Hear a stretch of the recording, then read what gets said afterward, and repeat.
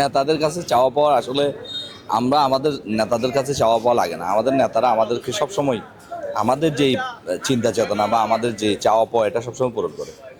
এবং আমি এতটুকুই আশাবাদী, আমাদের পার্সোনাল চাওয়ার না, এই রাষ্ট্রের অনেক দায়বদ্ধতা আছে। বিশেষ করে স্বরাষ্ট্র মন্ত্রণালয় যেহেতু দায়িত্ব নিছে, আপনারা দেখেছেন দীর্ঘ 16 বছর এই পুলিশ প্রশাসন, মানে আমার মনে হয় পৃথিবীর কোথাও এত নোংরাভাবে কাজে জড়ায় না। তো এই পুলিশ প্রশাসনকে ঢেলে সাজাবার জন্য আমাদের প্রিয় নেতা আলহাজ সালাউদ্দিন আহমদকে যে দায়িত্ব দিছে, আমি এটা মনে করি অত্যন্ত সততার সহিত অতীতের নিয়েই, যেটা যোগাযোগ প্রতিমন্ত্রী ছিল, এই কক্সবাজার বাংলাদেশে অনেক জায়গায় উন্নয়নের ছোঁয়া দিয়েছে, ঠিক তেমনি করে আমি মনে করি আমার নেতা খুব নিষ্ঠার সহিত বাংলাদেশে মানে অতীতের যেই পুলিশ প্রশাসন ছিল সেই রূপটা আবার ফিরে আনবে বলে আমি মনে প্রাণে বিশ্বাস করি। সত্যি বলতে আবেগ আপ্লুত এবং অনেক আনন্দিত।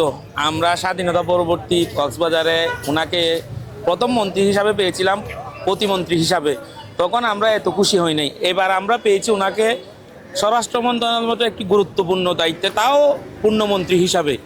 আমরা সেই খুশিতে মিষ্টি বিতরণ করতেছি। আমরা সবাইকে, পথচারী থেকে শুরু করে সবাইকে মিষ্টি বিতরণ করতেছি। আমরা অনেক খুশি, আল্লাহর দরবারে লাখ লাখ কোটি শুকরিয়া।